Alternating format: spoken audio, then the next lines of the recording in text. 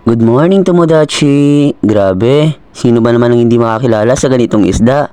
Sa totoo lang, napakarami ito sa amin. Ohayo gozaimasu, Tomodachi! Panibagong araw, panibagong hamon na naman po ng buhay. Ngayong araw nga pala ay araw ng Sabado, yasumi namin ngayon, wala po kaming duty. Yung mga senpai lang namin yung meron. 4 po kasi kaming trainee sa company namin na hindi po kami pina-duty. Yung mga senior lang po namin yung pinagtrabaho ngayon. For today's video nga pala huwag po nating pakalimutan magdasal palagi sa Panginoong Diyos. At magpasalamat sa biyayang binibigay sa atin. Maliit man yan o malaki. Yung importante hindi tayo nagugutom. At may pinagkukunan tayo ng ating pang-araw-araw na pangangailangan. Ngayon nga pala ay araw ng Sabado, April 6, 2024. Ngayong araw nga pala ay samahan nyo ako at bibili ako ng aking mga pagkain. Good for 2 weeks po. At syempre papakita ko rin sa inyo yung mga presyuhan ng mga isda doon.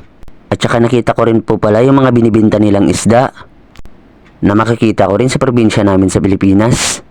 Ano pa pong hinihintay natin? Tayo na po. Ngayong araw nga pala ay chinik ko kanina sa bintana. Napakaganda po ng araw ngayon. Salamat naman, hindi naman umulan.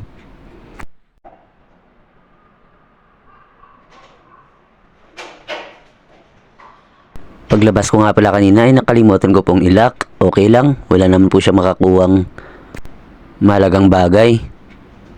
At saka kami-kami lang naman yung Pinoy dito. So nandito na tayo sa binibilhan naming store.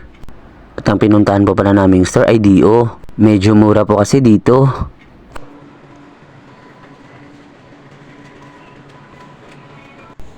₱1,000, grabe. Nasa 370 plus sa pera natin. Yung kanilang tangigi. At nasa 700 plus yen naman yung kanilang tongkan. Yung iwan ko ba kung anong tawag dyan sa Tagalog. Pero sa probinsya namin, tongkan yan. 700 yen. Tapos sa pera natin, nasa 260 pesos.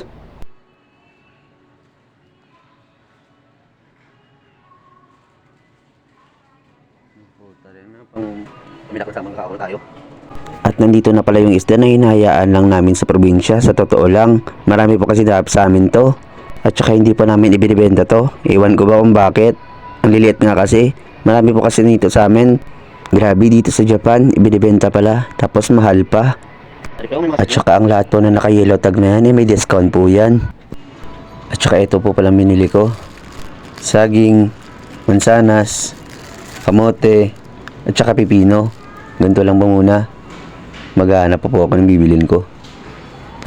At saka meron din sila ditong dried fish. Syempre, alam mo na, kung mahal sa atin, mas mahal din dito.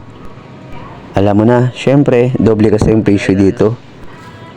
At saka kasama ko po yung solid kong kumpare. At saka pakifollow na lang po ng vlog niya, Julits TV po. Salamat!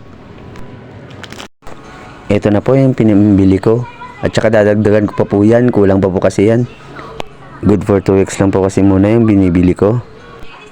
At saka nandito na tayo sa exciting part. Syempre, Pilipino tayo. Mahilig tayo sa itlog. At syempre, dagdag sa tipid na lang po. May nakita po pala ako ditong itlog ng pugo. Tsaka itlog na brown. Pero yung binili ko itlog na brown na lang po. Kasi hindi ko po natikman to. At pagkatapos ko po palang kumuha ng itlog, okay na. Magbabayad na lang po kami na kumpare ko. Hanggang dito na lang po. Marami pong salamat. Sana po wag po kayong magsawang sumuporta sa vlog ko. Mag-iingat po kayo palagi at palagi po kayong magdasal. Dahil ang sipag at tiyaga mo, samahan mo lang na dasal, ibibigay at bibigay sa iyo yan ng Panginoon. Maraming salamat po. Ingat po kayo palagi. Pa-like, follow, and share na lang po. Ingat!